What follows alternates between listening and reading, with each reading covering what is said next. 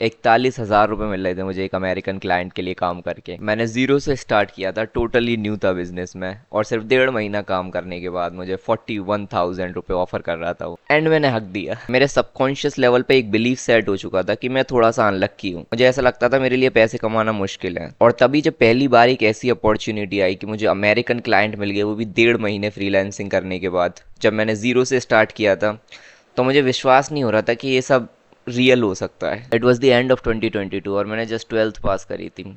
और जैसे ही मैंने 12th पास करी, आई वॉज लाइक फ्री। और ऐसा नहीं था कि मेरे को पता नहीं था करना क्या है, बट जो मुझे करना था उसके लिए मुझे पैसे की ज़रूरत थी। और फिर मैं हर एक इंसान की तरह निकल गया यूट्यूब पे how to make money online, जैसे कि affiliate marketing, drop shipping, video editing वगैरह। बट वीडियो एडिटिंग के लिए उस टाइम पे मेरे पास लैपटॉप नहीं था। अफिलिएट मार्केटिंग और ड्रॉप शिपिंग वगैरह में पैसे लगते हैं, मेरे पास पैसे नहीं थे। और ये जो लोग वीडियो बनाते हैं ना इन सबको लेके, ये बताते तो ऐसे है कि तुम एक बार बस स्टार्ट कर दो, पैसे तो फ्री के हैं। बट देन मुझे एक चीज़ मिली जिसको जब मैंने देखा ना, तो वो सारे के सारे उसने बॉक्सेस टिक कर दिए। ये भी मेरे हिसाब से, ये भी मेरे हिसाब से है, जो मुझे करना है एग्जैक्टली वही है, जो मैं कर सकता हूँ एग्जैक्टली वही है, and that was copywriting. Copywriting basically sales और मार्केटिंग में यूज होती है। तुम्हें कुछ बेचने के लिए किसी भी चीज़ को उस तरीके से लिखना कि तुम कोई स्टेप लो, या तो तुम किसी वीडियो पे क्लिक कर रहे हो, या तुम किसी लिंक पे क्लिक कर रहे हो, या तुम कोई प्रोडक्ट खरीद रहे हो, उसे कॉपी राइटिंग बोलते हैं। एंड अपेरेंटली ये लोग लाखों में कमाते हैं, सिर्फ इतनी सी चीज़ लिख के 1 लाख रुपए कमा रहे हैं। और ये चीज़ काफ़ी फैसिनेटिंग लगी, एंड आई वाज लाइक, मैं सिर्फ फेसबुक एड्स लिख के इतना पैसा कमा सकता हूँ। तो मैंने कॉपी राइटिंग स्टार्ट कर दी।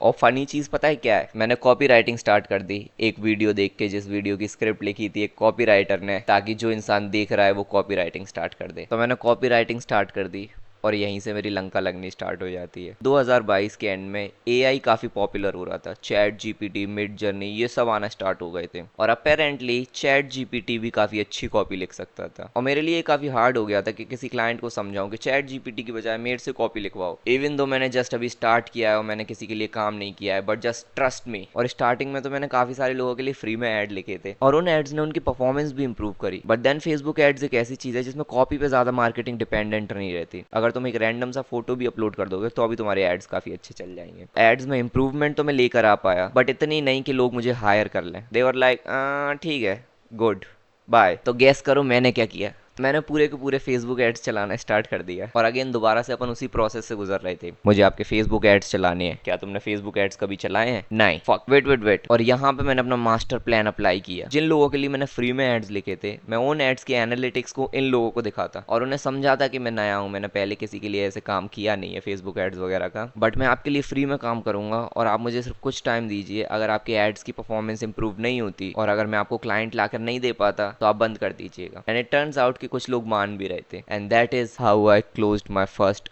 American client. उसका नाम हैंसन था और वो मैरीलैंड यूएसए में रहता था, और उसने जस्ट अभी अपना सेंटेड कैंडल्स का ऑनलाइन स्टोर स्टार्ट किया था। सेंटेड कैंडल्स बेसिकली खुशबू वाली मोमबत्तियां जिन्हें जलाकर इंसान को रिलैक्सेशन मिलता है। और जब मैंने स्टार्ट किया था उसके साथ काम करना, तब मुझे काफी खुशी हुई थी, क्योंकि अमेरिकन क्लाइंट, ऐसा कौन होता है जो स्टार्टिंग के 1.5 महीने में ही अमेरिकन क्लाइंट के साथ काम करता है। बट मुझे पता नहीं था कि मैं एक बहुत गलत डायरेक्शन में जा रहा हूँ।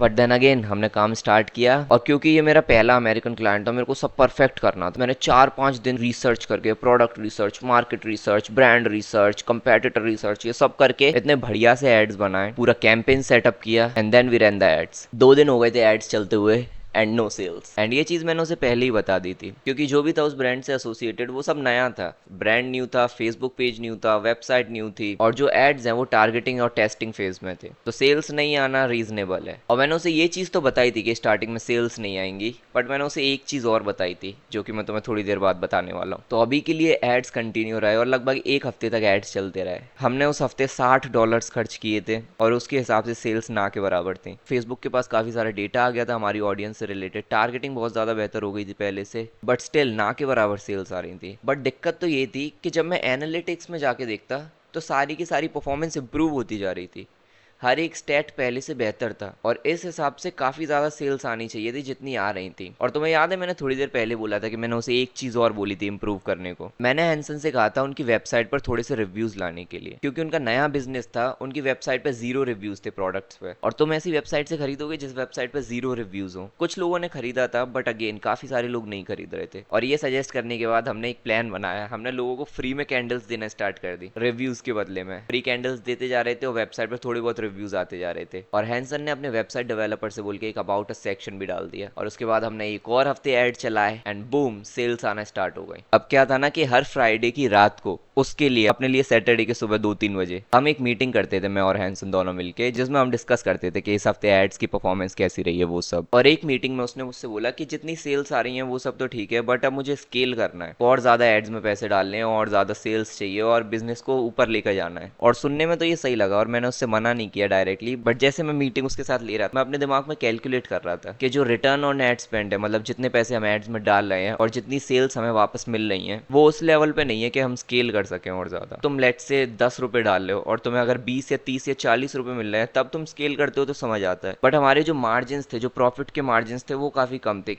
इतने हम एड्स में डाल रहे हो लगभग इसके आसपास ही हमारी सेल्स हो रही हैं और उस टाइम पे स्केल करना मुझे सही नहीं लगा। एंड देन अगेन क्योंकि मैंने उन्हें 1 महीने का फ्री ट्रायल ऑफर किया था और 1 महीना हो गया था, ही वाज लाइक कि अब क्या करना है, तुम्हारा फ्री ट्रायल ओवर हो चुका है। और ऐसा नहीं है कि वो मुझे सामने से पैसे देना चाहता था कि ये लो $500, बट अगर मैं उस टाइम पे उनसे बोलता तो वो मुझे पैसे दे देता। और मैंने सोचा कि मुझे 1.5 महीना हुआ है अभी, सिर्फ मुझे ऑलरेडी क्लाइंट्स मिल रहे हैं, तो मुझे यही बिजनेस करना है। और अगर मुझे ये बिजनेस करना है तो मुझे अपने क्लाइंट को अच्छे खासा रिजल्ट देना पड़ेगा, अच्छा खासा प्रॉफिट देना पड़ेगा। और मुझे लगता था कि मैं अगर और अच्छे एड्स बनाऊं तो उसका और ज़्यादा प्रॉफिट हो सकता है, तो मैंने उससे मना कर दिया कि अभी नहीं, कि अभी जो फ्री ट्रायल है उसको थोड़ा सा और एक्सटेंड करते हैं। और मेरे मन में चल रहा था कि मैं और अच्छे एड्स बनाऊंगा और जब और इसकी सेल्स आने लगेगी ना तब मैं इससे पैसे लूंगा। और वो मेरी सबसे बड़ी मिस्टेक थी उस टाइम की, पैसे ले लेने चाहिए थे। बाय द वे ऐसा नहीं है कि मैं बहुत महान इंसान हूँ कि नहीं, जब तक मैं रिजल्ट नहीं दूंगा मैं पैसे नहीं लूंगा, बट मुझे लगा था कि आगे चल के भी यही करना है, तो मैं पहले और अच्छे एड्स बनाता हूँ, इसको और ज़्यादा प्रॉफिट होगा तो ये मुझे पैसे भी दे देगा। और क्योंकि ये मेरा पहला फॉरेन क्लाइंट था, मैं चाहता था कि सब परफेक्ट हो। मैं सुबह 4:30 बजे उठ के 2-3 घंटे सिर्फ यही देखते रहता था कि इसके एड्स और कैसे बेहतर परफॉर्म करे और ज्यादा सेल्स कैसे दूं मैं इसे लाकर। और रिसर्च करते करते ही मुझे पता चला सेंटेड कैंडल्स का ट्रेंड लगभग 6-7 साल पहले चल रहा था। ज्यादातर लोग सेंटेड कैंडल्स को ऑफलाइन परचेज करते थे। अब क्योंकि हैंसन स्केल करना चाहता था,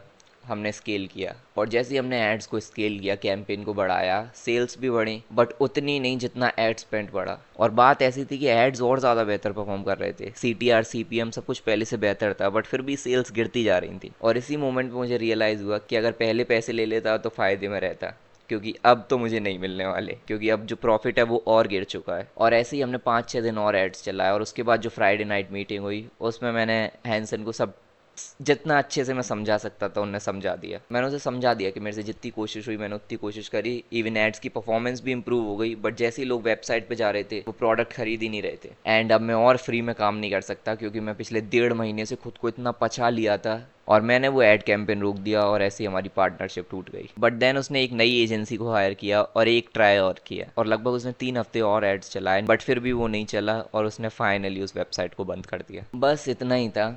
और ये तो काफ़ी लाइट हार्टेड स्टोरी थी जिसमें वो भी नया था, मैं भी नया था, हम दोनों ट्राई कर रहे थे और हम दोनों ही एक तरीके से फेल हो गए। बट जब मैंने यही चीज़ इंडिया में करी वो तो मेरे लिए एक तरीके से नाइटमेयर बन चुका था, क्योंकि इंडिया में मैं प्रोडक्ट्स के लिए ऐड नहीं चला रहा था, मैं सर्विसेज के लिए ऐड्स चला रहा था। तो उस वजह से लोग मुझे अपना नंबर दे रहे थे और मुझे उन्हें फ़ोन करके उनसे बात करनी पड़ रही थी। मैं लगभग 100 लोगों से एक दिन में बात करता था। और अगर तुम उसके बारे में जानना चाहते हो तो मेरे को बता देना, ठीक है? फ़िलहाल के लिए जाओ मेहनत करो और मैं अब ट्रेनिंग पे जा रहा हूँ। बाय।